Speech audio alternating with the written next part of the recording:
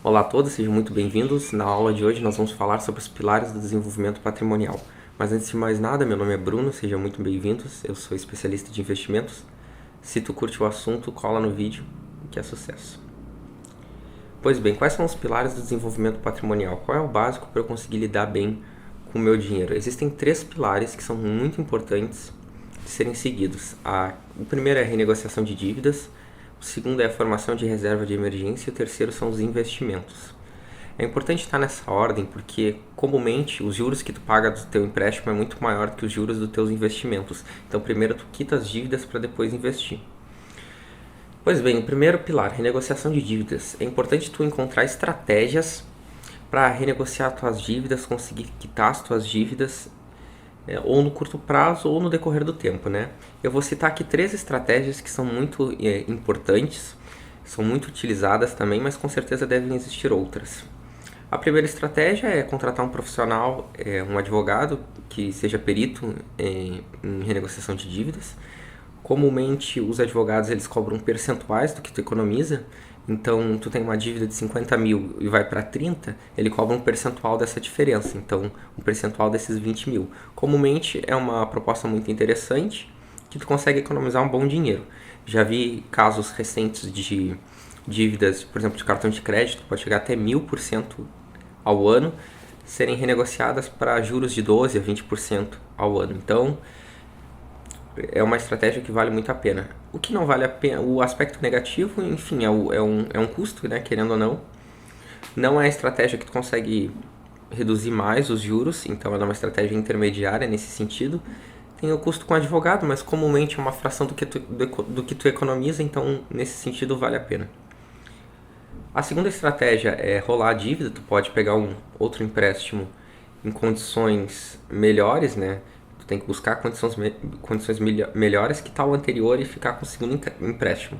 Eu não recomendo muito essa estratégia porque a maioria das pessoas não sabe identificar os indicadores do empréstimo, quanto que eu estou pagando de juros. Existe um indicador muito importante que estão nesses contratos de crédito, que é o custo efetivo total, que eu acho que é um conhecimento básico que as pessoas deveriam ter na hora de pegar o empréstimo para saber analisar qual empréstimo vale mais a pena.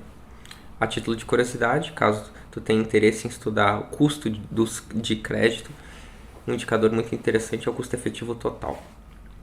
Então a rolagem de dívida ela tem esse problema, dificilmente uma segunda instituição vai te dar crédito em uma condição melhor, justamente porque ela já sabe, as instituições elas se comunicam que tu já tem um crédito pendente com outra instituição.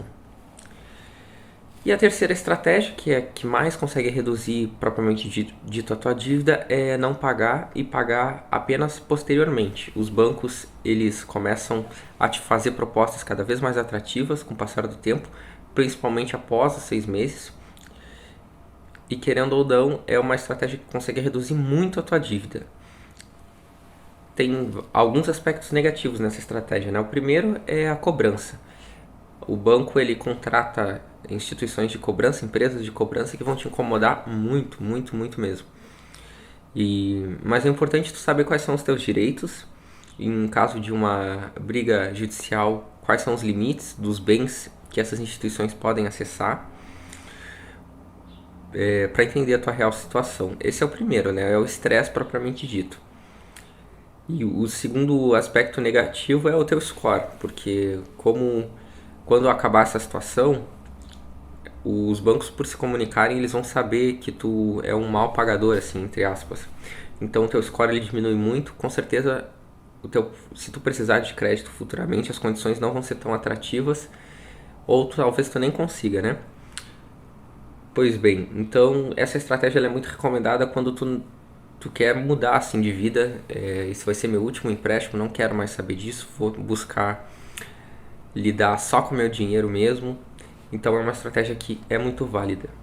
E eu recomendo na maioria dos casos, de passagem.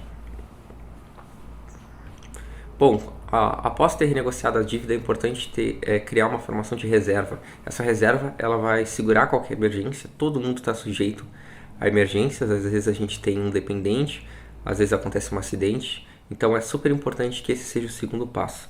Comumente essa reserva ela é de 3 meses para mais do teu custo mensal, então gasto 2.000 por mês, 6.000 de reserva no mínimo, comumente, mas pode ser mais a depender das tuas receitas, do quanto tu ganha, se essa é uma receita consistente. Então, se tu tem um trabalho estável, por exemplo, tem um funcionário público, tu tem um trabalho estável, tu pode ter uma reserva de 3 meses, mas se tu já não tem um trabalho estável, é importante que tu tenha uma reserva um pouco maior. E para fazer essa reserva, tem que ter, ela é composta por investimentos que tem que ter alguns pilares, que é a liquidez e a baixa volatilidade. A liquidez é a facilidade de converter esse investimento em dinheiro.